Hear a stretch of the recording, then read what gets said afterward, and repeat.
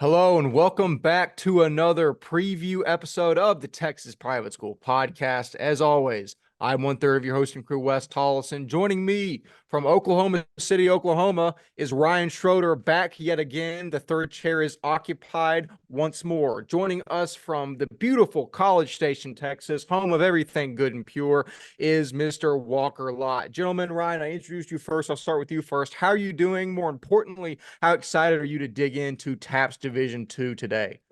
No, it's good. It's good. I'm ready for another division we're gonna go through. And yeah, hopefully it's another good episode. Excited to be back for episode number two. I'm ready to get into it. So Yes, sir. Oh, you're also rocking the shirt of one of my alma maters, SMU. I appreciate that. yeah, there you go. A little SMU polo. There you go. Walker and I both know I claim A&M more than SMU, but you gotta rep Dallas when you can. Walker Lott, Yes, College sir. Station, Texas. How's your new apartment, first of all? It's going good. Renovates are going strong. We have a little thing back here that looks pretty cool. We're gonna add some stuff on this wall. We're gonna have a pretty cool backdrop. It's gonna be awesome. Just we're mid whatever renovating up unpacking at the moment. So I was stopped unpacking to do this episode. Very excited for this. But yeah, going back to school in grad school. So it's a good time. Good vibes.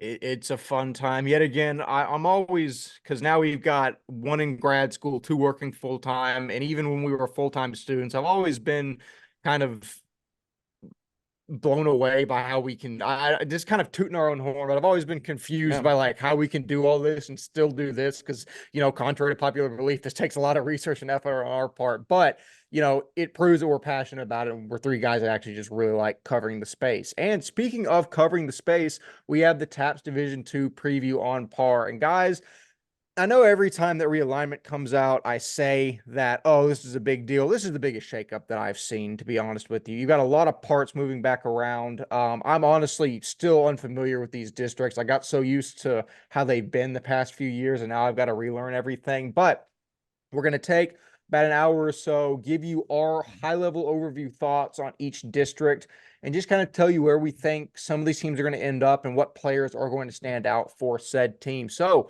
without further ado, let's get straight into TAPPS Division II District 1. The teams compiling this district are Grapevine Faith, Midland Christian, Fort Worth All Saints, Fort Worth Christian, Southwest Christian from Fort Worth, and Trinity Christian Lubbock. The only team moving up from Division 3 is TCS Lubbock, who's done pretty dadgum well the past few years in D3.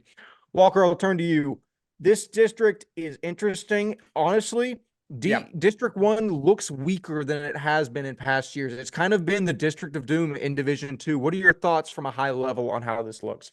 Yeah, no, you're definitely right. It's definitely taken a step back, especially this year. We'll talk about it a little bit more later, but District 4 is kind of taking that title this year, but District 1 it's fallen off. This is probably the first year it's really rough. And not that it's like there's not dudes in there, there absolutely are, but it's a very interesting one this upcoming year where a lot of guys were always competitive. Every game was really tough. Even the past 2 years, you had All Saints and Liberty kind of fighting for that top spot, and then the other ones would all be competitive with each other.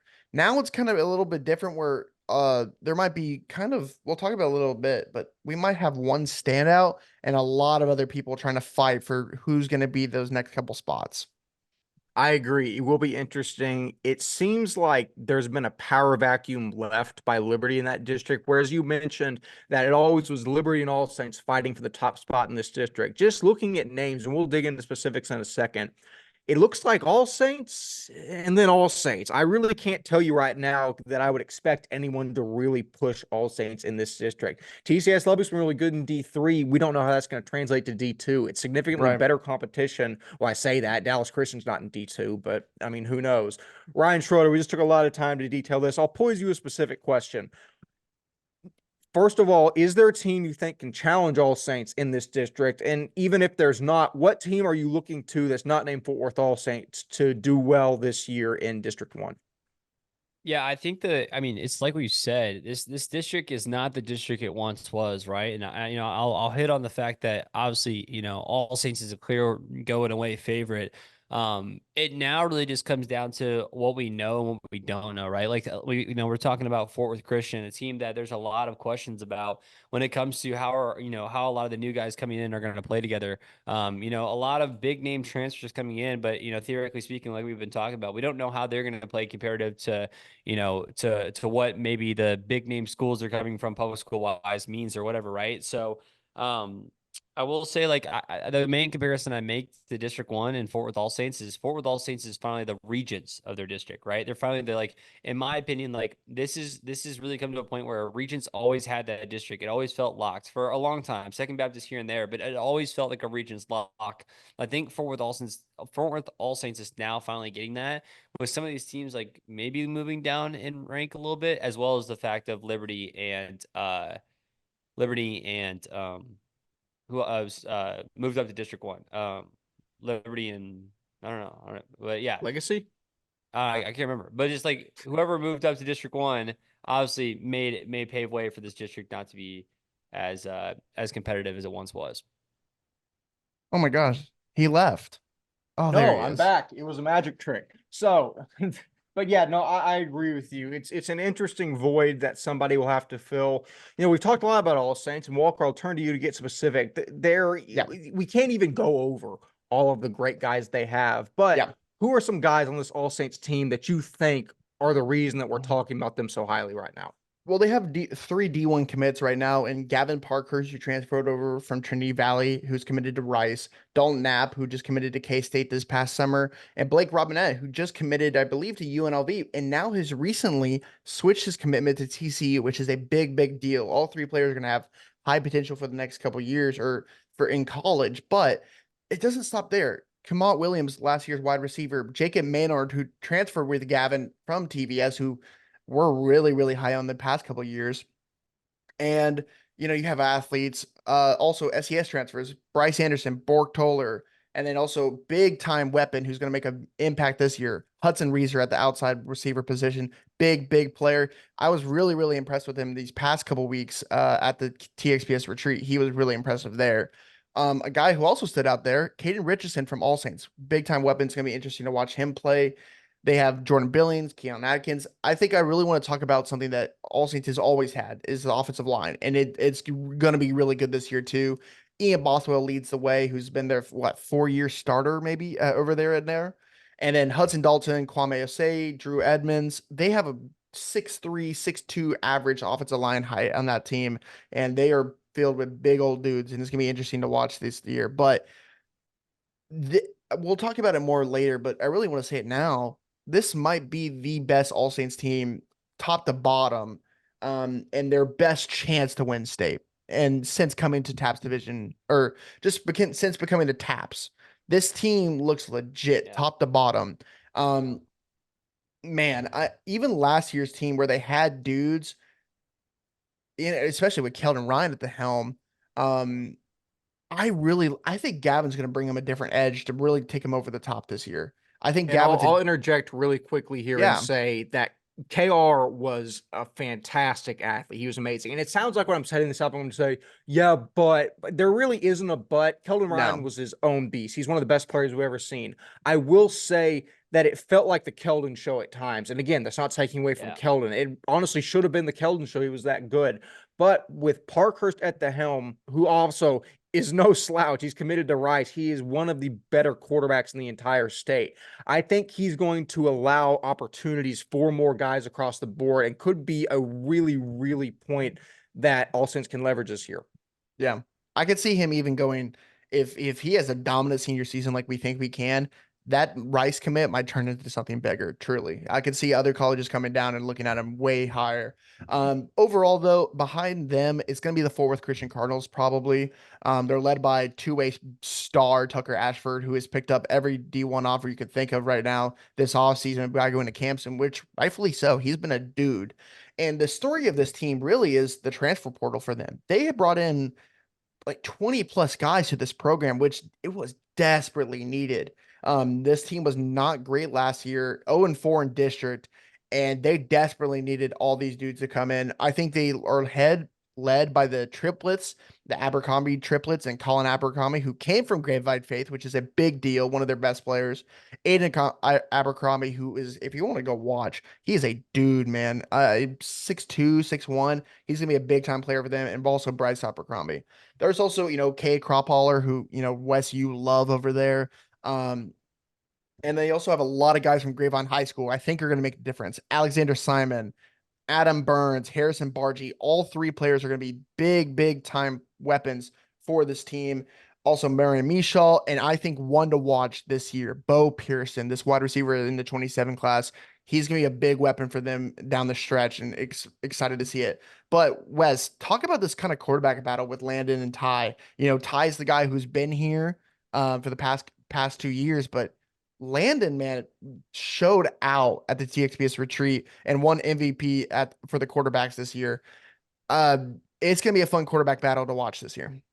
Yeah, man. And at the end of the day, the only thing I can really say, it's a good problem to have for Fort Worth Christian. Like, there's going to be like questions like, oh, like, is it going to be a detriment that one guy is not getting all the snaps, in the offseason coming into camp learning the offense? I don't think so at all. I think these teams are small enough that both guys are going to get significant, first team reps in the offseason. And I think it's honestly even more valuable that they're competing and pushing each other so nobody gets complacent, like, I got the starting job, I can slack off. Both these guys are going full tilt. It's going to be really interesting. I don't have enough knowledge to speak in specifics about each guy, but I do think it's a good problem to have for Christian. And honestly, here's what I'll say. Before we started, I was hesitant on where we put Fort Christian on our rankings. Walker rightfully talked me into putting them a little bit higher. And the more that I look into them, and especially just being reminded of how dadgum good Tucker Ashford is and how all these guys can potentially, mesh together, I think they have the potential to be really good. Ryan, I'm curious if you share our thoughts on Fort Worth Christian moving into the season. I don't understand like how many transfers, like how this happens in some capacity, right? Like think about like this number compared to all this. Four guys coming from one high school over together, three brothers coming from different high schools and stuff. Two of them coming from Byron Nelson, and one of them coming from another TXPS school. Like if you could call five of them coming from Grapevine, whether that be Grapevine or Grapevine Faith, like that's insane to think about. Like that's how this has worked and stuff in some capacity.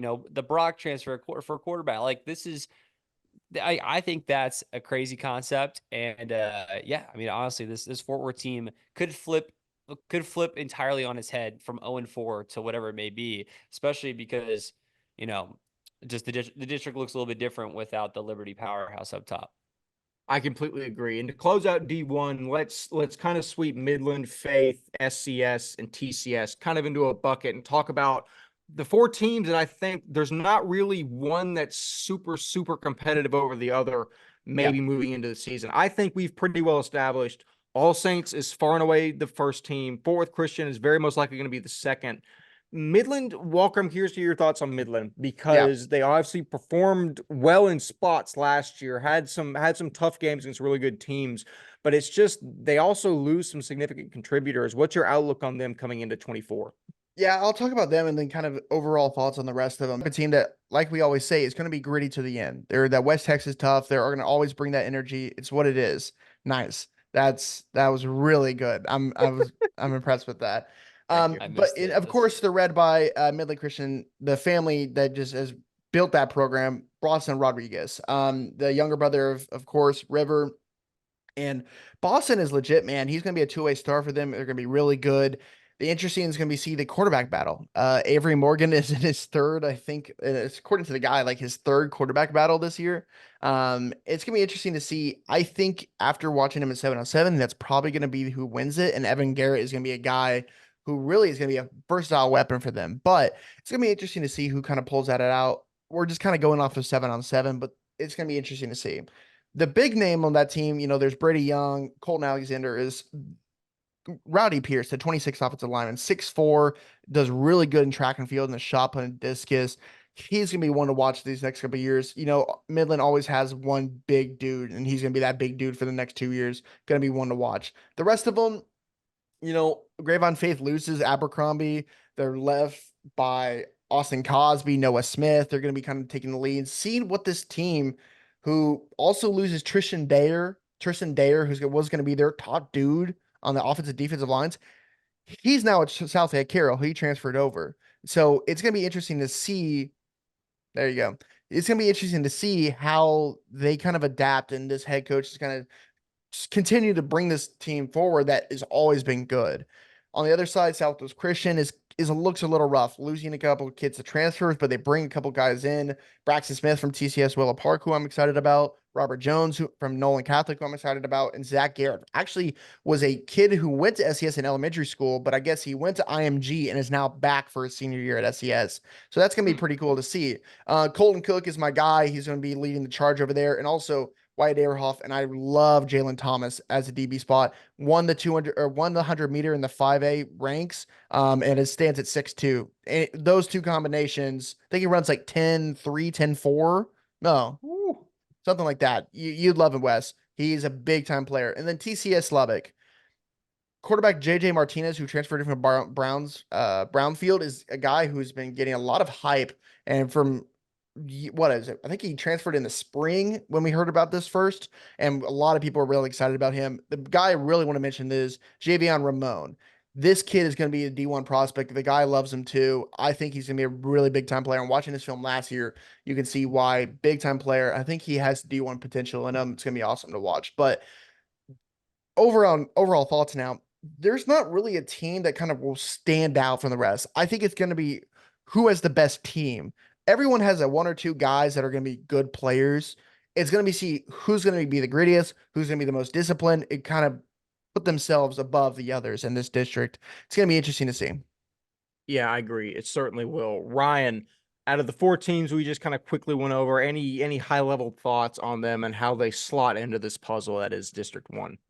I think Walker hit it pretty nail on the head there. I think the only really question mark is TCS Lubbock moving up into the D2 slot now versus D3, because their D2 or their D3, schedule and like season last year went really well with, just a loss meeting up against DC in the playoffs, right? So it'll be a challenge for them, but the rest of these teams, I mean, Walker hit right on the head. I was going to make a couple just general comments about the district before we moved on.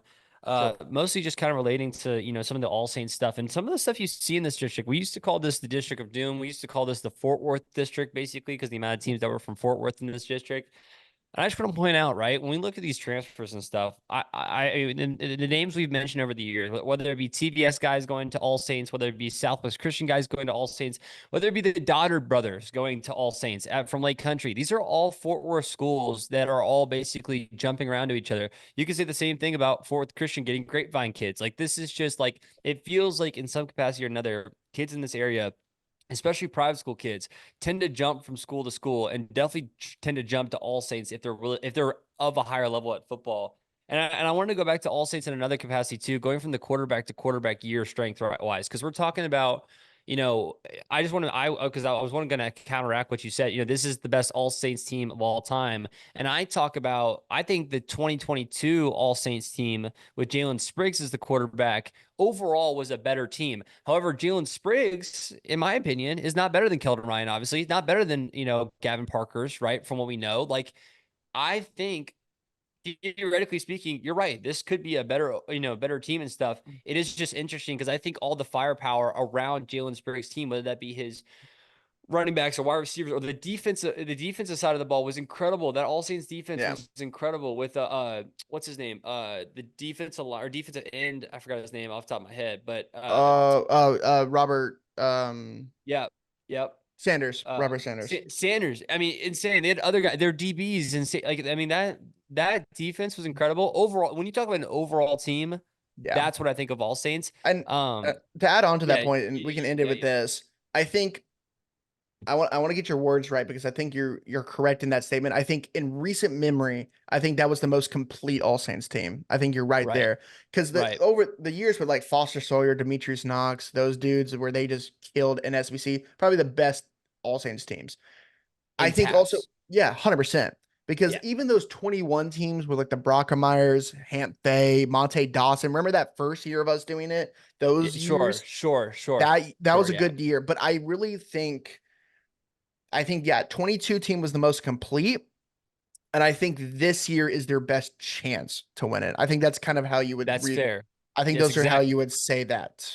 because of the switch of the landscape for Yeah. sure. Because in my opinion, and we'll get to this later, I literally see Regents as one of the only like contenders at this point, right? Like I don't. It's Especially in the different. North. Yeah. It's way different. It's way different than it was, right? So All right. Wes, get us out of here, man. We're going to ramble all about All Saints. So get us out of here. No, I like it. That's what the people enjoy apparently, and we'll keep doing it. So that's what we have. Yeah, let's get to the rankings really quickly, just because we talked about it ad nauseum. We'll rank each district at the end, and then do our final rankings once we get there. So and we're not going to discuss these because we've already kind of given a rationale for all this. The rankings for District 1, Division 2 is first Fort Worth All Saints, second Fort Worth Christian, third Midland Christian, fourth Trinity Christian Lubbock, fifth Grapevine Faith, and sixth Fort Worth Southwest Christian. So those are the rankings. Moving on to District 2 in Division 2. We have teams consisting of Grace Prep out of Arlington that moved up from D3, Brentwood, which also moved up, Austin Hyde Park, Austin Regents, Bullard Brook Hill, Dallas Bishop Dunn, and Grace Community, not to be confused with Tyler Grace. So those are the teams that we have. I mean, listen, we gotta say Regents has got to be the favorite here. I think a big question is, and I think we can get started, is the race for second between Hyde Park and Grace Community. I'll save everyone my thoughts off the rip because everyone knows what I'm going to say because I graduated from Grace. So I'll send it to someone in Walker Lott that didn't graduate from Grace Community. Well, Walker, what are your thoughts on the race for second? you know what? Why don't we just say the rankings for this district and then we can talk about them from there. So yeah, say what it you might be think. easier. Yeah, that's what I think too. I'll say what I think in form of the rankings. So first we have Regents. Second, we have Grace Community. Third is Hyde Park. Fourth is Grace Prep. Fifth is Brook Hill. Sixth is Bishop Dunn. And seventh is Austin Brentwood. Listen, Wow, I will. we didn't show our hand there, did we, at all? No, we didn't. No, we didn't bury the lead at all. So, I mean, I'll say it right off the rip. As unbiased as I can be, and keep in mind, the bold predictions I've had about Grace on this podcast, a lot of them have been right. Whether You're not that's wrong. beating Bishop Dunn in 22 or beating Midland Christian last year. I try to be as unbiased as possible, but Grace is sneaky good, and a lot of people don't realize it just because they're not in the Metroplex. I'll say this right now. I think Grace is going to be very solid this year. Notice I didn't say sexy. I didn't say a lot of like incredible receiving talent and just like blazing fast dudes, a ton of D1 prospects. I think as a team, they're going to be as solid as they come, especially in District 2. And that starts with their offensive and defensive fronts. On the offensive line, you've got Luke Wilson, Nick Boone, Colton Masters, Braden Wells. Then you've got on the back end, Lawson Livingston and McCade Stinson. If It'll depend because McCade and JT are both great quarterbacks. I would assume that JT ends up starting at quarterback, and then that frees McCade up to play linebacker, who he is very, very good at. I think they're going to be good. I think they're going to have a ton of great, just big guys in the trenches, and that's what wins games. And I think Grace has a puncher's chance to win the district. I do. I think a lot of people think, and I didn't even say this before. No, I know you'll say that. I think they do. I think at home they could beat Regents. Okay. Good for you. Congratulations for that opinion. Responding back to that, no. And I think this Austin Regents team is going to be really, really good this year. I'm, a couple years ago, I was on this St. Michael's bandwagon, and I was the homer for St. Michael for years. I have flipped, and I will support the other team down there in Austin and Austin Regents, man. I think this team is going to be really, really good this year. Hearing about this team is that I think this rising junior class of 26s is going to be phenomenal for them. I think it's going to be awesome. Blake Smith, Cade Millington were the guys who were big time names last year, but also like Drew Novy and Logan Kendall and are going to be big time weapons for them. Also, Charlie Burton comes over from Hyde Park, the 6'3" lineman, which that was one of their weaknesses was offensive line. I think that's going to be crucial for him to add on to them. You have the senior leaders, Graham Reaches. It's been 4 years of saying his name. We should know how to say his last name by now. We should. But North Carolina just committed over there. Shane Verdick, Jack Burkle, going to be big time players. But I think it's what's going to be the difference for this game. I'm going to say kind of a bold take is I think Quinn Murphy was phenomenal. And I think there's a reason he just committed to Baylor. Congrats, Quinn. Big time for you. I think this offense is going to move better with Jack Devine at the helm. I think think about this. Give me the rationale for it before I call you insane. Jack Devine is a way better mobile quarterback than Quinn Murphy. And think about the offenses of past with Austin Regents. Drew Dickey, mobile quarterback. Wilson Long, mobile quarterback. And those are teams that went to the state titles and got close and were the top teams in the South for years. Their offense uses better when you're able to do a QB keeper, when you're able to run out of the pocket and you're able to kind of, have a little fun with it. I think that's what Jack Devine will bring. He's ultra athletic and he has a good arm as well. I think that's what it's going to make the difference for this offense is I think he's going to bring a little bit of a different edge. I'm not saying he's a better player right now than Quinn Murphy. I think that's insane to say, but I think he's going to be a better fit for this offensive Regents. That's fair. I was so because you called me crazy and I was so ready to just deliver the counter punch and call you insane. The point makes sense. Obviously, Quinn Murphy's Quinn Murphy. He's incredible at what he does. Devine might fit better in the scheme. We'll have to see. We don't have a big sample size on how Jackson. True. We just have the one state championship game against the death squad that's known as Liberty Christian. But that being said, Ryan Schroeder, Walker and I have talked a lot ad nauseum even about how this shakes up. Any thoughts on Regents, Grace, anything we've discussed so far? No, I think y'all are insane. I think y'all just speak and then it just kind of just goes into a symposium where I don't even know what I'm listening to when it comes to just Regents versus Grace talk, when clearly there's so much bias at hand. No, I'm just kidding. What's it called? I seriously, I'm not, and this is not a dig. I feel like at any other district and all that kind of stuff, but it's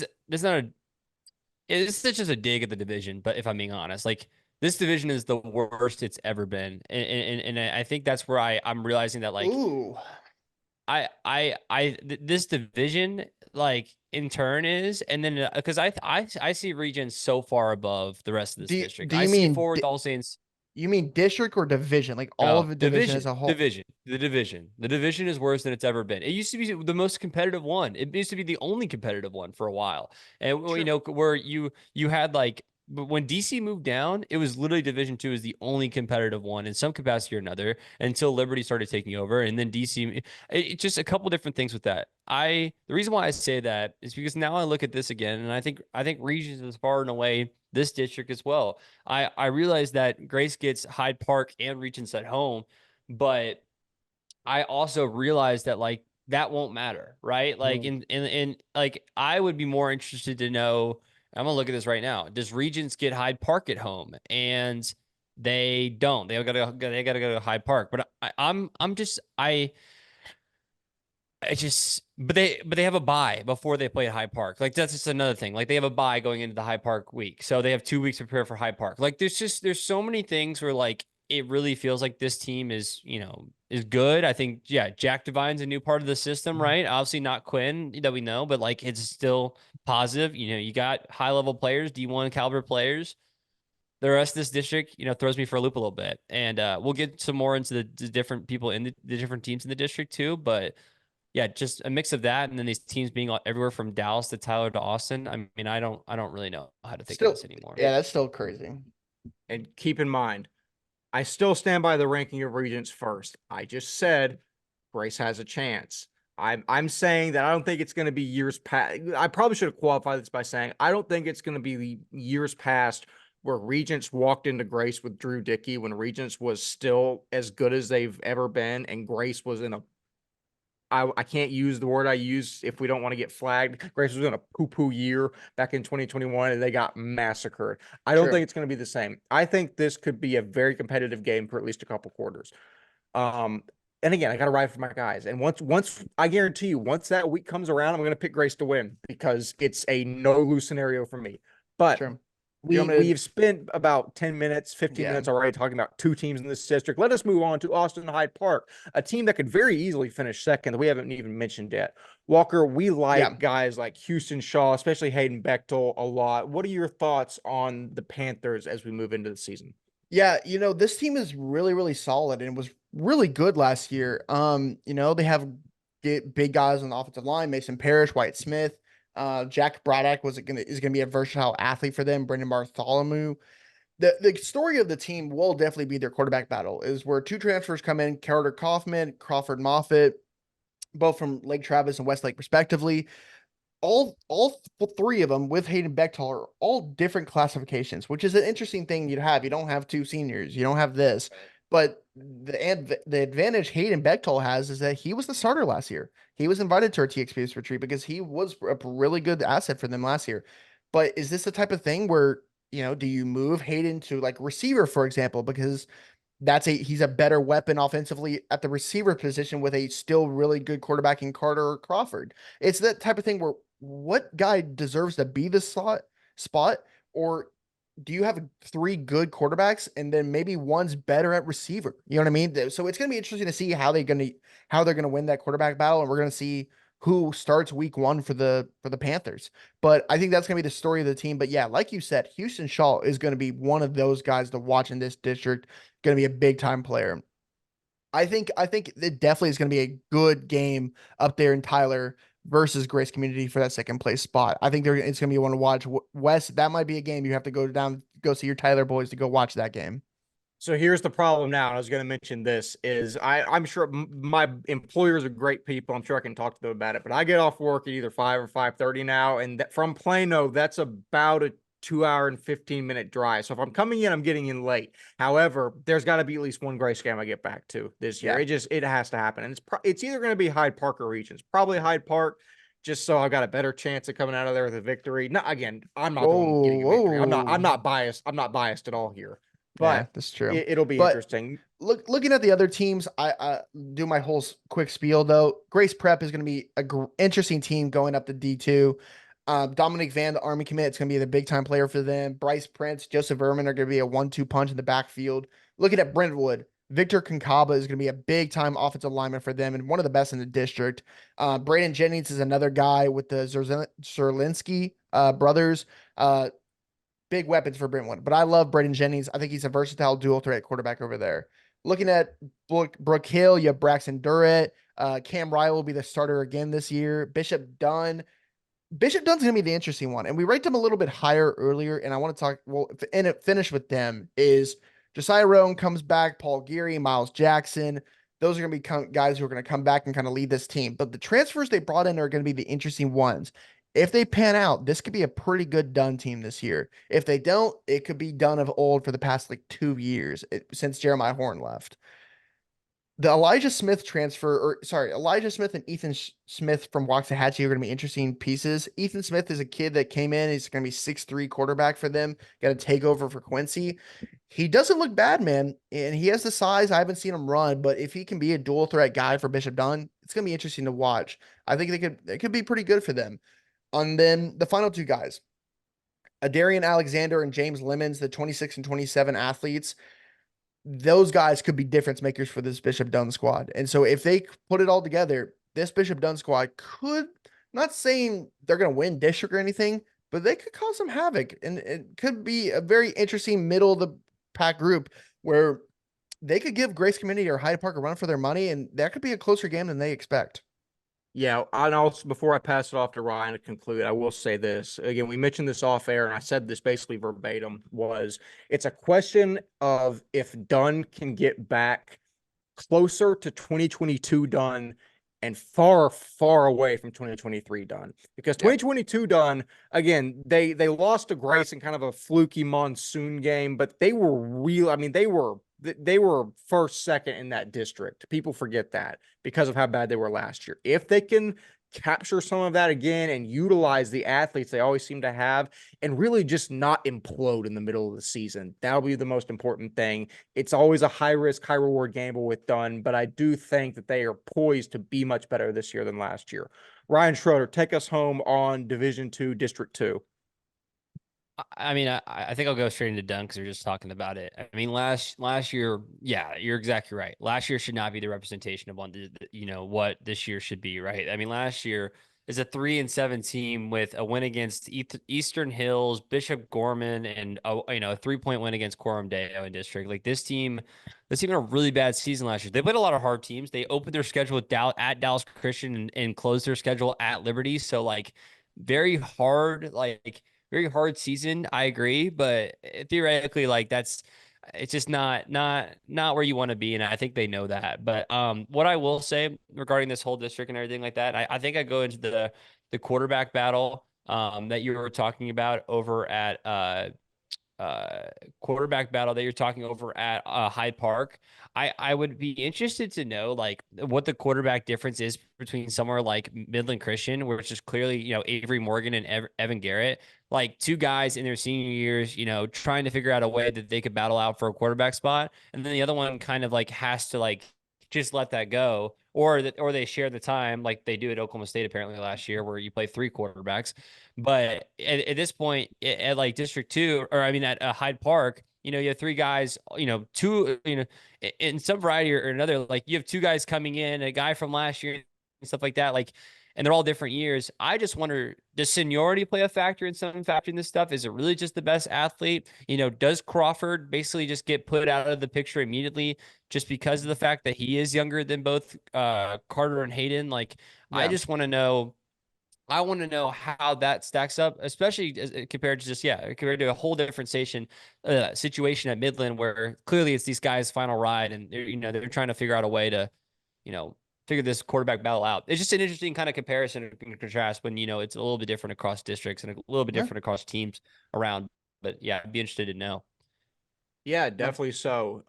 District 2, interesting as always. Grace Community is in there, so how could it not be at least somewhat interesting? But that being said, moving on to District 3, which will take considerably less time because more than anything, there's 4 teams in there, and it'll take less time to discuss. Still So crazy. Still crazy. it This is. They this just this they district is crazy. we talked about this whenever they realigned it. They took a sledgehammer. No, they took a box of dynamite to this district and just everything's gone.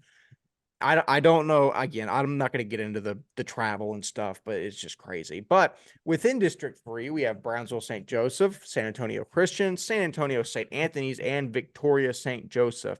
As for the TXPS rankings of this district, at number 1, we have Brownsville St. Joseph. At number 2, we have the Flyers of Victoria St. Joseph. Number 3, San Antonio Christian. And number 4, San Antonio St. Anthony's, who we can never seem to find any information on at all. Walker Lott. Yep, much smaller district. I'm not going to mince words here. A much weaker district than any district that we have here. Brownsville always, though, seems to have dudes that can play well in spots. Not just that, Right. just dudes that can play football overall. Claudio Torres is still there. Diego de la Cruz is still there. Gavin Cisneros is still there. Guys that we have mentioned before, and there's no replacement for experience in the game True. of football. What are your thoughts on St. Joseph moving into the season? I think they're going to be really good this year. I don't know the depth of that team, unlike last year, because they are down in Brownsville. So we aren't able to really see them. And they weren't at 7-on-7. I was really looking forward to see them at TAPPS 7-on-7, but they just didn't make it this year.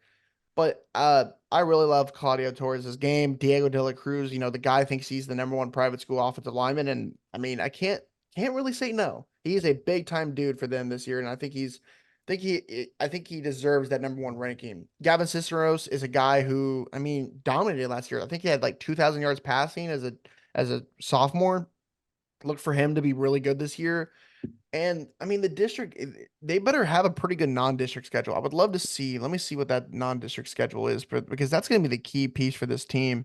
Is they play Regents, they play a couple teams in that area. So I don't really know much about them, but to have a good team in Brownsville St. Joseph, because this is really their district. They're going to walk through majority of these teams in this district. That's just who they are this year. They have to be prepared to get in the playoffs, because when they do it, they're gonna compete against, of course, like a TWCA or Fort Bend or something like that in round 1, where they have to be on their A game going into the playoffs. And I don't think this district is going to set them up to where they have to be on their A game. So they just have to have that mental mindset to have this year. And hopefully Claudio De La Cruz, those guys can have those team prepared. But the other teams, San Antonio Christian has a new head coach who left dramatically, I think in the spring or the summer. Really crazy thing.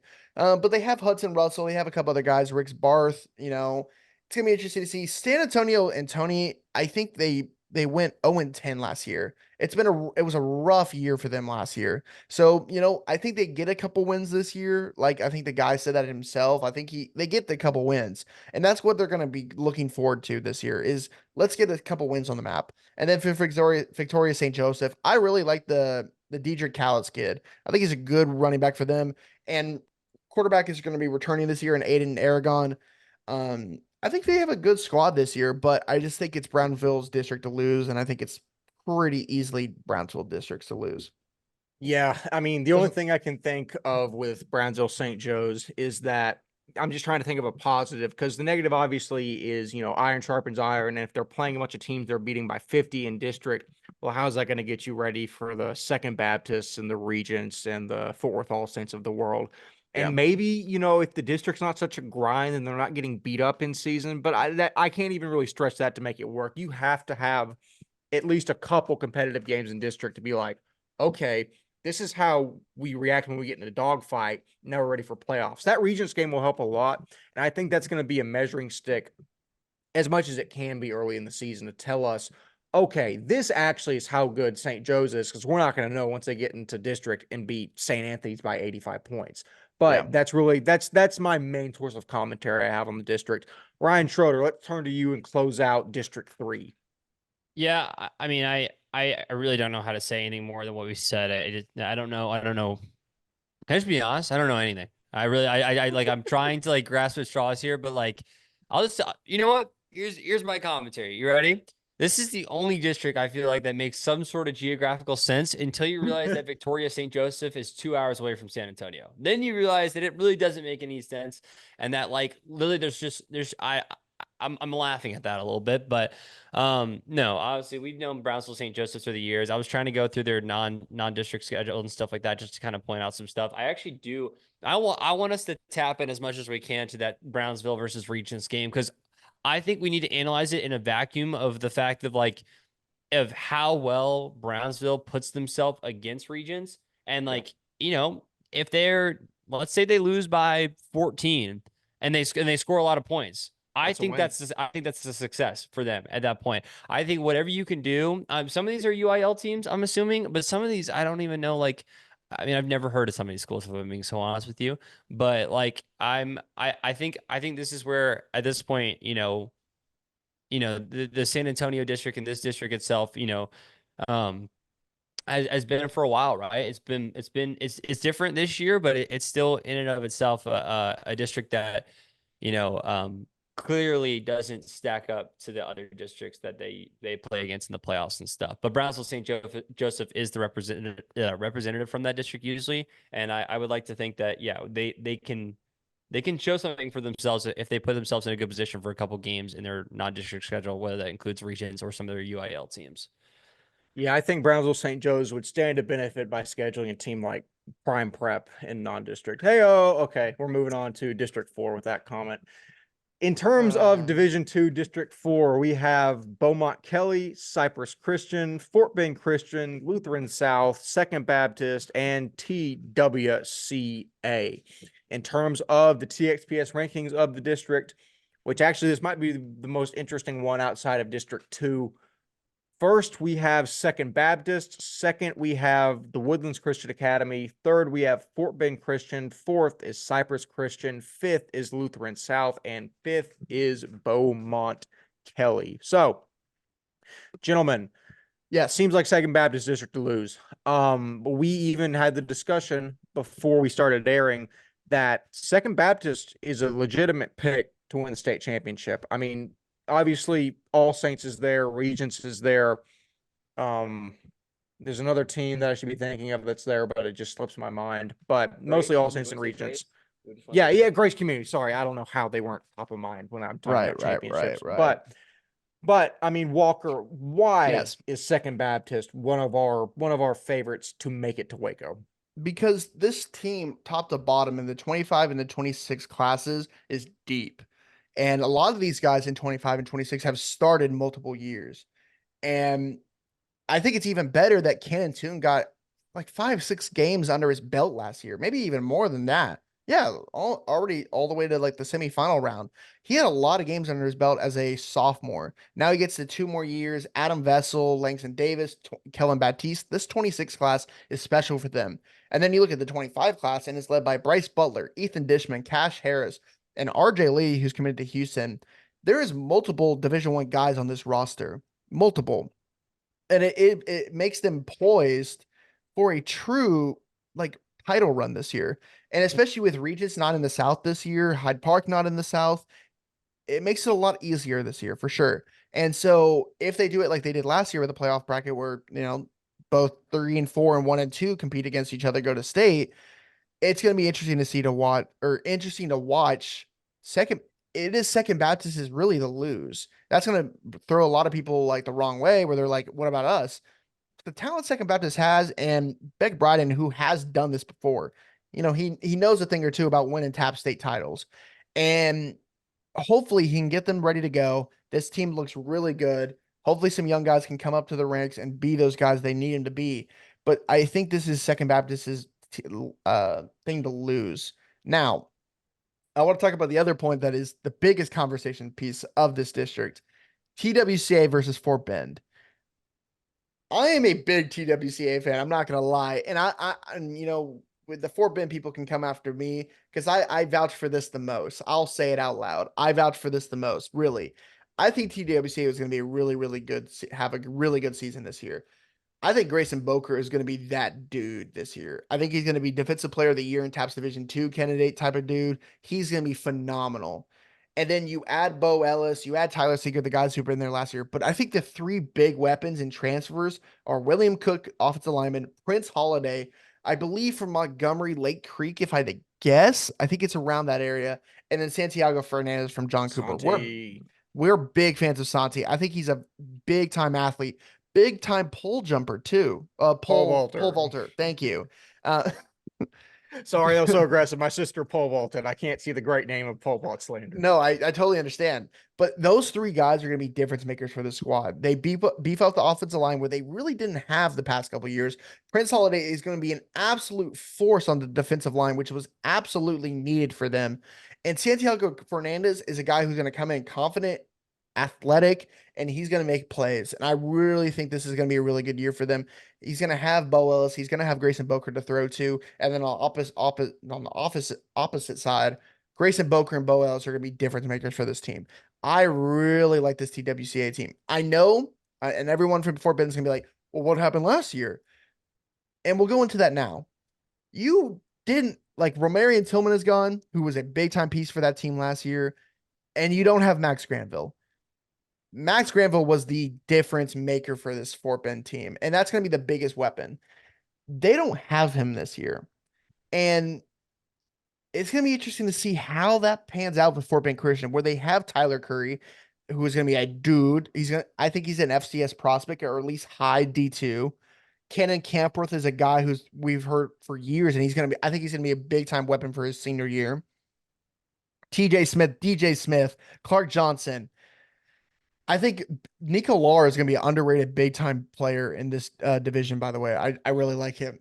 But I'm a little worried about what's going to happen to the quarterback position. That's kind of my worry about this team, is where it was shaky at times last year, where it just didn't look comfortable from quarterback to receiver. It was just rough last year. And that's why they really relied on their run game. And that's why Romarian Tillman was a big time weapon for him from Katy. Well, they're gone. I think Campworth is going to probably come in that running back position. I think he's going to do good, but it's going to be interesting to see. Is it going to be Jack Malone again? Is it going to be Cannon Wolf, this new transfer quarterback? And they have Tyler Curry to throw to. They have the Smith brothers, and they have Blake Hamilton, who I think is going to receive for like 1,000 yards this year. No one can teach speed like that. But and Wes, you can attest to my worries. I think it's just the quarterback battle is going to having a quarterback battle. It always just brings worries, and I think that's what's going to kind of be the detriment to this Fort Bend Christian team. And I'll agree with that. It kind of goes contrary to what we said about Fort Worth Christian, where I said this is a great thing. Like, this is two guys that are pushing each other. I don't think it's a detriment. I don't think that's entirely true with Fort Bend Christian, just because it's mostly it's a lot of what I saw last year, where there was a lot of shakiness in the passing game. It's it's hard for me to go off of anything else because that's what we saw. I'm gonna need to justify us bumping Fort Bend Christian up in the rankings as we start doing them in season. I'm gonna need to see a consistent passing game more than anything else, because they have the pieces at receiver. We know this. Can somebody get the ball to them? Again, that's no shade against Jack Malone at all. He's a great player, but sometimes you can have great players in spots and just connections don't work out. I need to see that happen this year. The time is up for us waiting around seeing if Fort Bend Christian is going to have a competent passing game.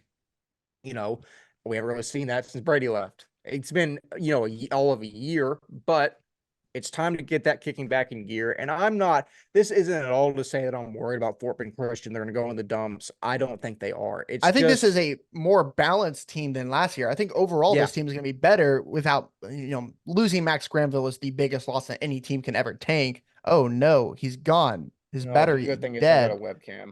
That's totally fine. But losing Max Granville's the hardest thing that any team can do. And so you don't have that safety blanket this year. And I think that's going to be big loss for Fort Bend. I think it's going to be more detriment than people will realize, I think. Yeah, I think so. Ryan, any overall comments on what we've gone over so far regarding Fort Bend Christian, TWCA, and Second Baptist? I can't get over that great looking poster behind you. It's crazy how that's incredible. That's actually incredible. I gotta get that taken down in this house. Yeah. I didn't put that up for anyone wondering. No. So no, I was gonna go more just into Second Baptist a little bit and stuff like that. I mean, that was just what I did the last time. I think Second Baptist, right? Like, we talked about them being a potential to run for this, the division for the top spot, whether that be, against All Saints, whether that be against um regions and stuff. But it really comes down to the way they scheduled their year this year, right? Going into district, they're scheduling 3 back-to-back SBC games against ESD, St. John's, Kincaid. Like, pretty good schedule wise, having that bye and then going into district and stuff. I think they're ready for the testament to test this year and really try to make that run for the state, for the state championship. And I think that if there's going to be any year, I think Second Baptist knows that, this is a year to do it, right? I do want to say this because I think this is kind of funny, and I want y'all to guess.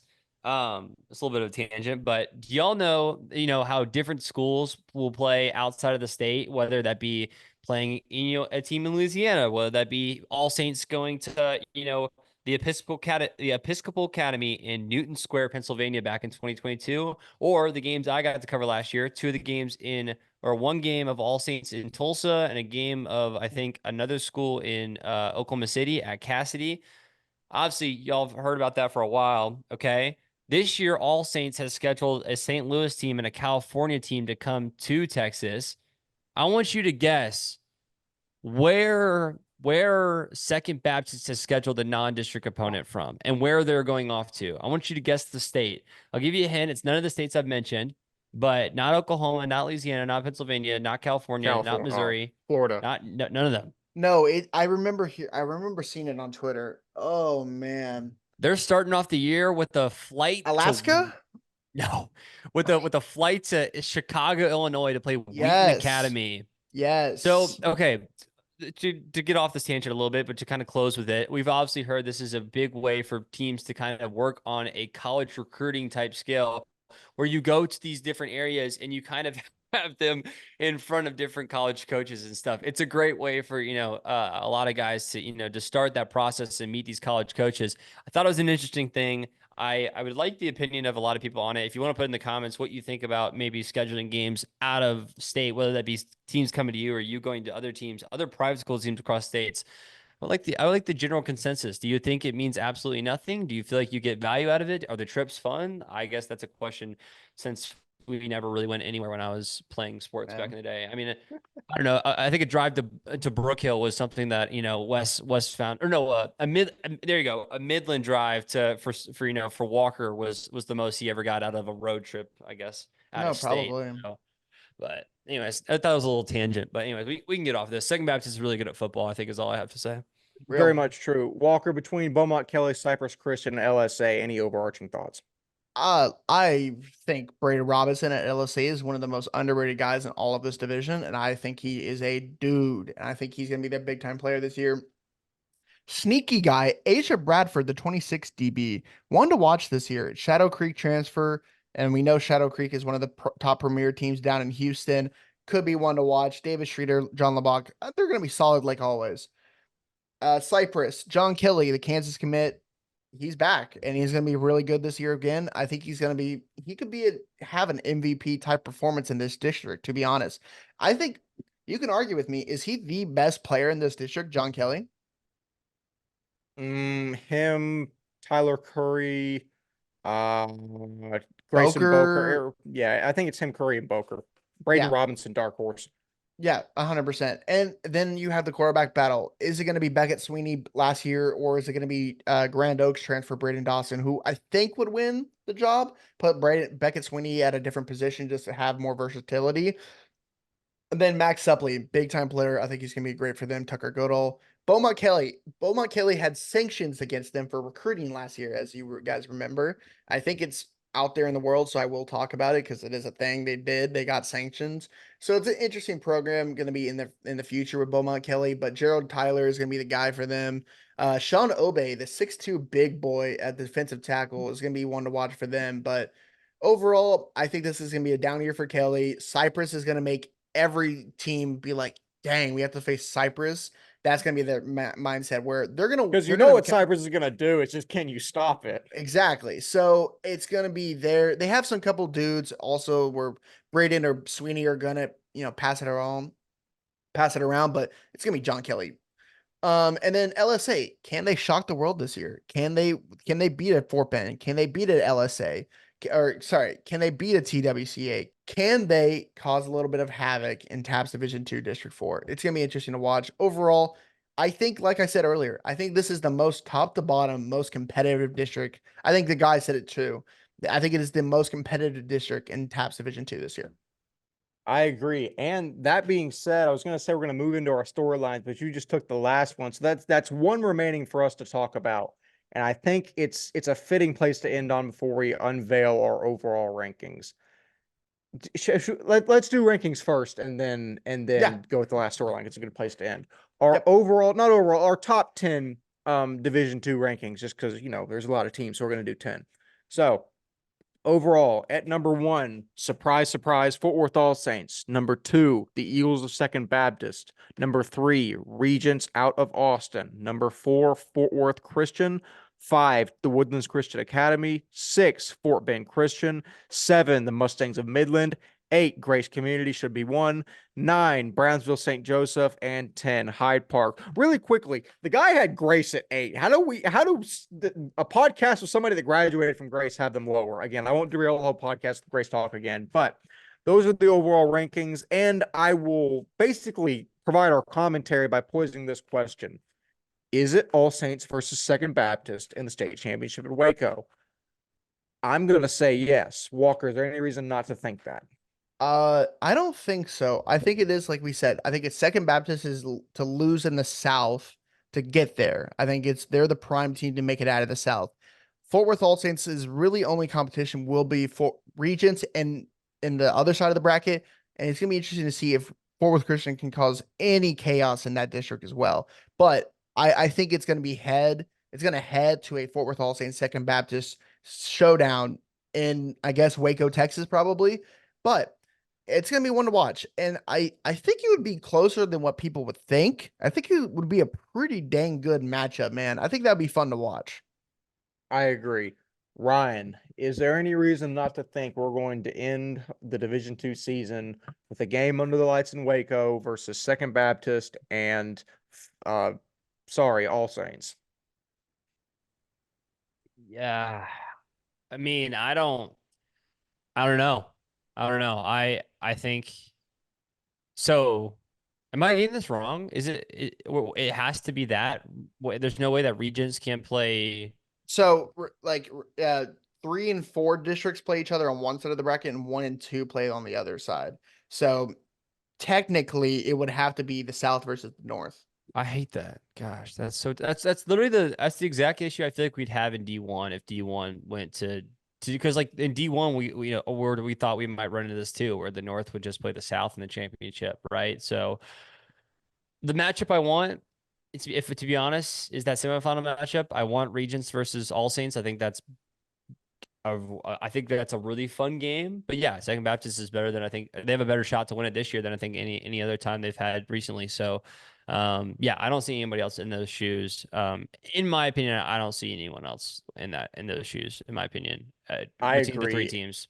And what I would say is don't overthink it. Whenever you're in a position where you're predicting games and then more widely, championships a long time out, obviously a lot of things can change. But I think a lot of the times we try to get too cute and be like, oh, well, this team has like two good players. And to sound smart, because no one else is going to say it, we're like, they're going to make a run. Well, they might. However, these teams are the favorites for a reason. They have Yeah. Right. a ton more athletes, a ton more talent than everyone else, and especially in high school and more specifically private school, whereas the talent disparity across teams is much wider than there is in like college or the pros. So it makes it a little bit easier on us to predict. So I say all that to say, I'd be very surprised if we get to late November, December actually, and we don't see Second Baptist versus All Saints in Waco. But Yep. that kind of wraps up our conclusion and our talks on TAPPS Division 2 as a whole. I'll turn to both of you. Walker first. Any closing overarching comments on TAPPS Division 2? No, I think we did a very good job of keeping this, shortened. It was So good. It was nice and tight. It was good. very good job, guys. And what's terrifying, but also really exciting is I was checking Twitter during this, and people are at UIL like joint scrimmages right now. So like Texas high school football is like almost officially back, guys. Like we're almost here. And that means a lot of stress on our plate, but very, very excited for some good Texas high school football. So we're almost there, guys. I'm very, very excited. I agree. It is on our doorstep. Ryan Schroeder, closing comments before we hit the road.